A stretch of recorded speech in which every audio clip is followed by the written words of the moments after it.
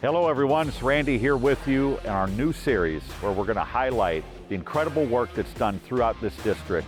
There's so many people that make this whole thing happen. And in Washington, it seems that they've forgotten about the real people that do the real work that make the Indiana's 1st District one of the most unique and diverse and productive districts in the entire country. I look forward to working not just for you, but with you in Washington. We're going to make sure that every day we're connecting with the real people of Indiana's 1st District to be the best representative for their interests that I can be every day that you give me an opportunity to work for you. I'm here with Steve Hollifield. He's also a candidate for LaPorte County Commissioner and a longtime friend.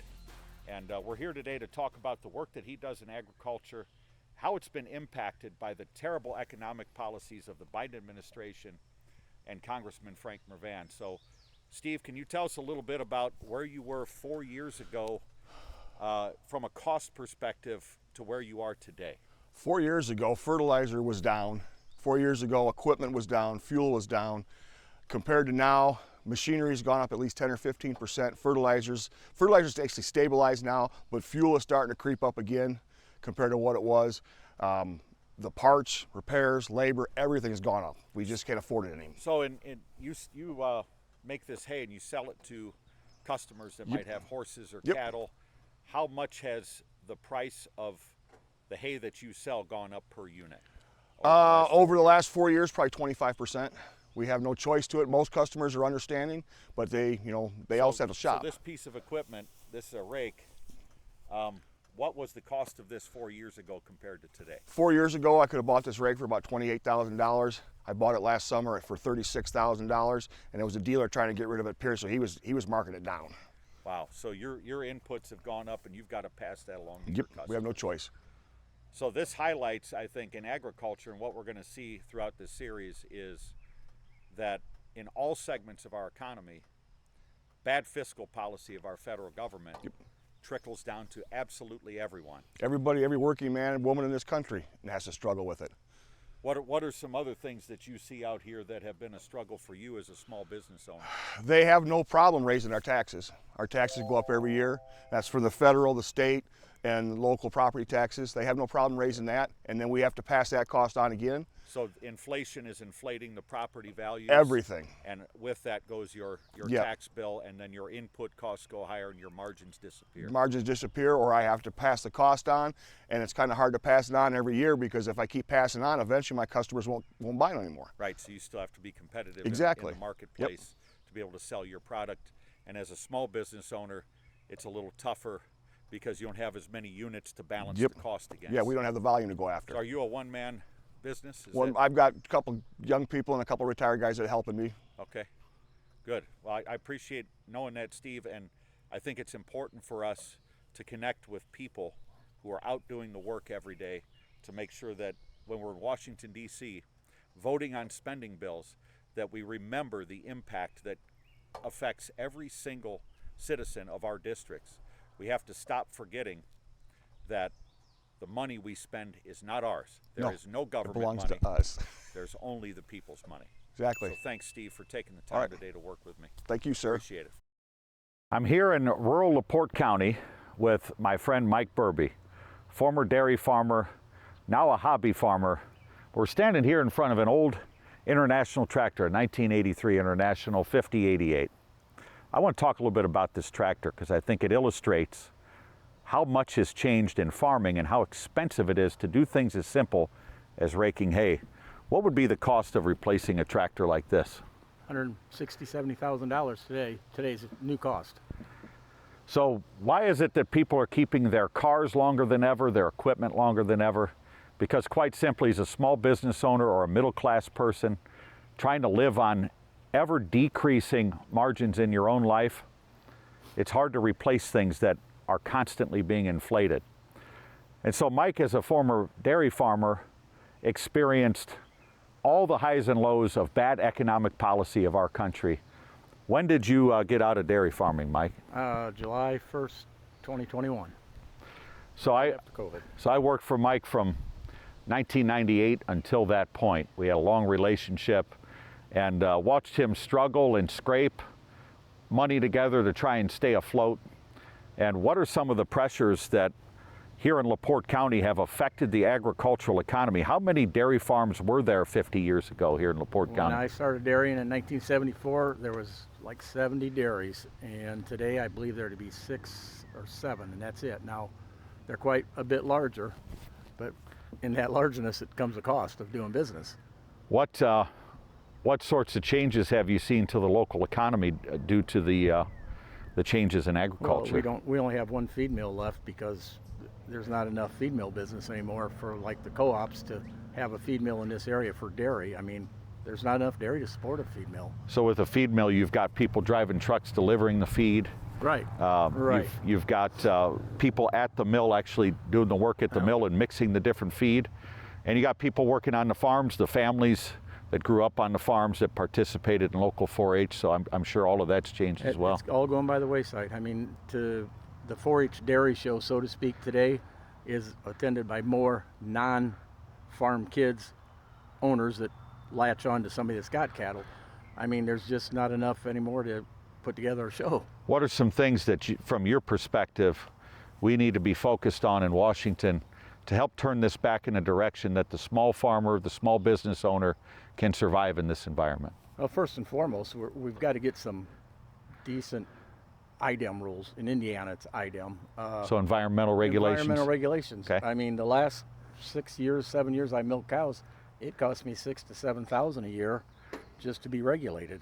And I was never in a violation that it was an issue, but it was a cost of doing business.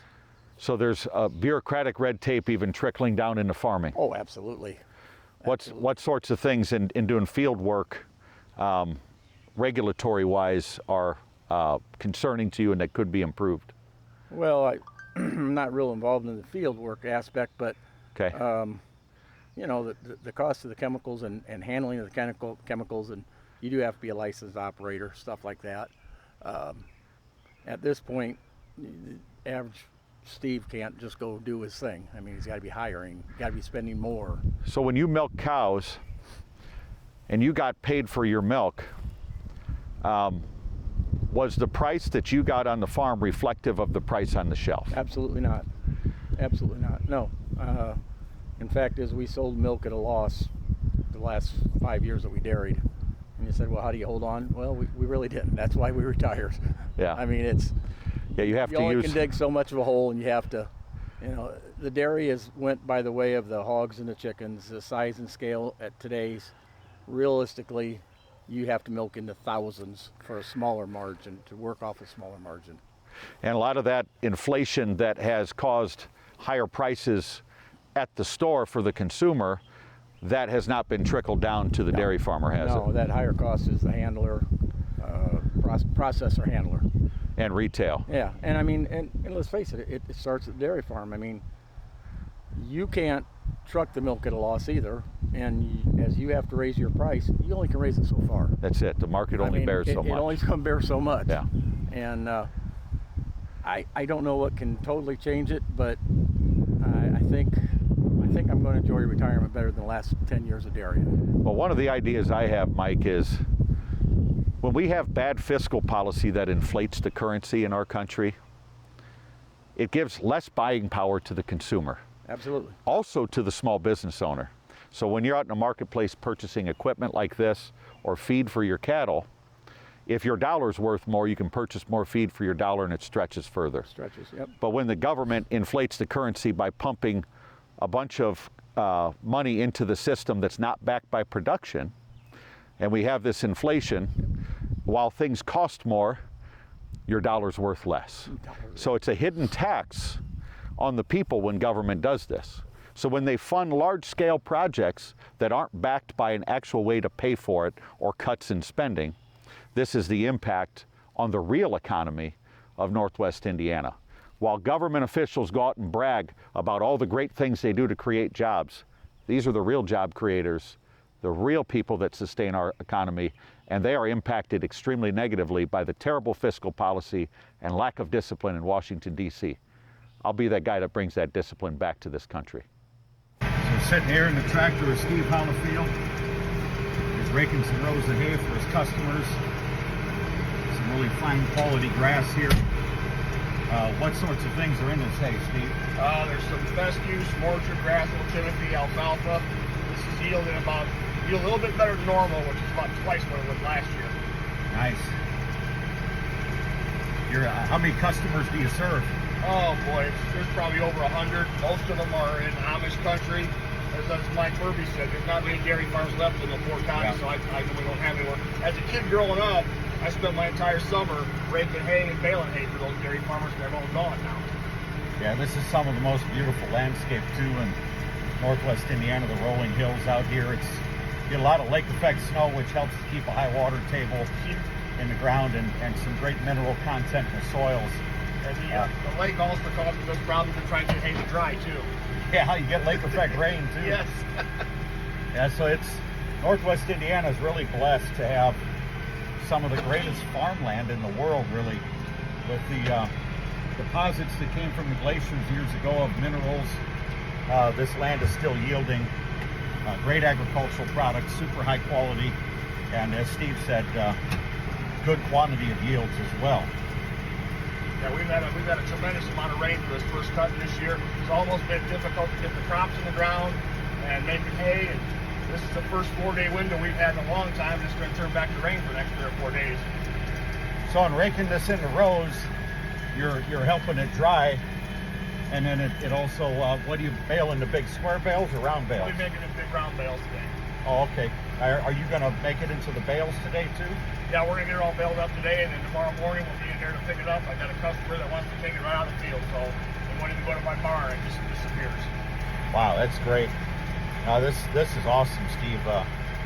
What a cool business you have, and I sure hope that we can do some work with you and people like you, small business owners, to I've got faith in you to help take us along and try and improve everything that's going on. I got a lot of faith in you, Randy.